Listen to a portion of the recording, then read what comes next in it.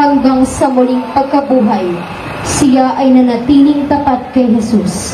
Ang imaheng ito ay sa pagmamayari ni na Ginoong John Lemuel Villanueva at Ginoong Takanori Matsushita. Santa Susana, ipanalangin mo kami. Santa Juana de Cusa, siya ay isa sa mga kababaihang may kaya na hindi nagdalawang isip na maglingkod kay Jesus.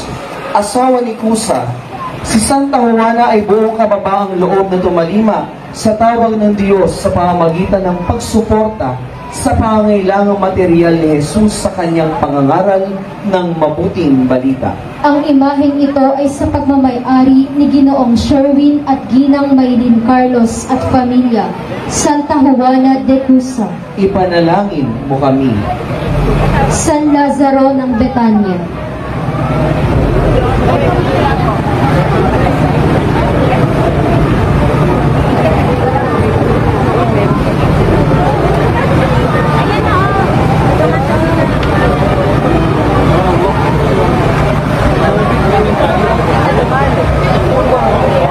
tagasunod ni Jesus at pinakamamahal niyang kaibigan.